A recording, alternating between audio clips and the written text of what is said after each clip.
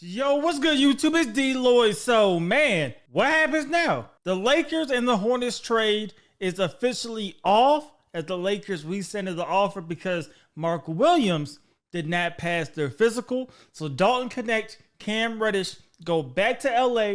Mark Williams goes back to Charlotte. And this is interesting.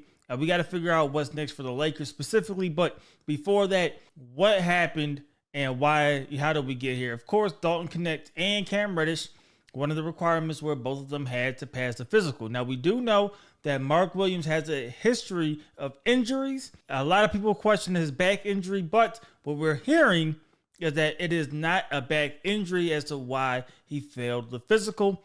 So hopefully we get more clarification as we go throughout the night or maybe into the next few days. But the Lakers did not feel confident that he could really be the starting center for the next few years. And that is important because, like we said back when the trade initially happened, I believe the Lakers slightly overpaid, but I like the deal overall because, yes, you have to pay a little bit more. You know the Lakers tax is a real thing, but you got a big man that is a lob threat, that's an athlete, and he has long wingspan, long length. He could defend the paint solid. And why not? Why not take a shot at a young guy and see if he could get better throughout the year, see if he could be more consistent in terms of playing.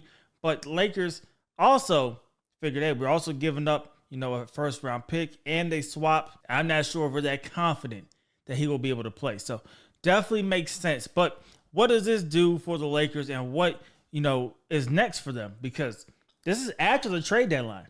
Trade deadline has gone.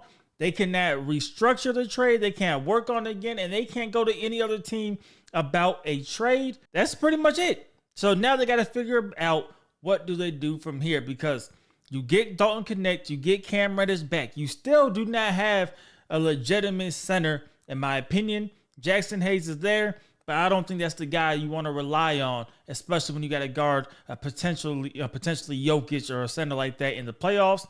So you got to figure out that situation.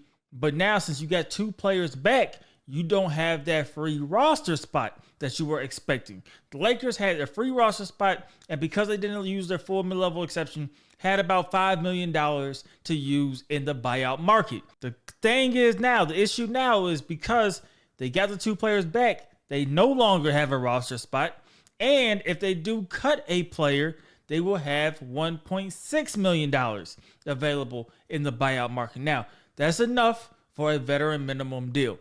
So what you have to hope, if you are the Lakers, is that there is a center out there that wants to start and they're willing to come on the vet minimum, which could potentially happen because you have opportunity to start for a team that is one of the contenders in the Western Conference, especially if they could get solid play out of a center. You have to hope that. If that does not happen, if they're unable to find that type of player, things could look a little shaky for the Lakers. They're going to have to get real creative with the lineups that they deploy and the play style, because at some point you're going to go up against a center that's going to be a tough matchup for you if we're depending on Jackson Hayes every single game. There's no question in my mind Jackson Hayes can give you solid minutes and good little glimpses, but I just don't know if he's going to be consistent enough. Now, what happens with Dalton Connect and Cam Reddish? Of course, as soon as he walks back in, Rob Pelinka's like, hey, man, I'm just playing. Hey, we were just joking, man. We never wanted to trade you. We love y'all. That's what's going to happen. So, welcome to LA, Dalton Connect and Cam Reddish. We're going to act like this trade never happened. That's the only thing we could do moving forward, and we'll see. So this is an interesting spot.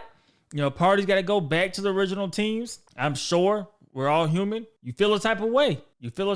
I'm not sure. You should get over it. We know they're professionals, though. I'm sure they'll go out there and they'll play well, but tough spot for the Lakers. As for the Charlotte Hornets, I'm not sure a lot of teams are going to be willing to look. I think teams understand what happened, and I think the perception is going to be Charlotte understood that Mark Williams and his health wasn't great long term. He's been playing good this season. They figured, why not take this chance to trade him and get some solid, reliable pieces back? And it's going to be hard to trust him moving forward. They try to sell damaged goods. I don't want to call it damaged goods because he still has a chance to play. He's not injured right now. He has a chance to hopefully everything ends up just fine. But it's a weird look, man. So You guys let me know what you guys think about this entire situation in the comment section below. It's a weird one. It's a weird one. Lakers in a tough spot, but we'll see what they do.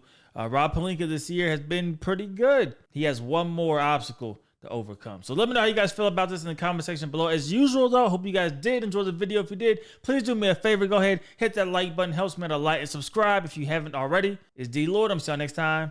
Peace.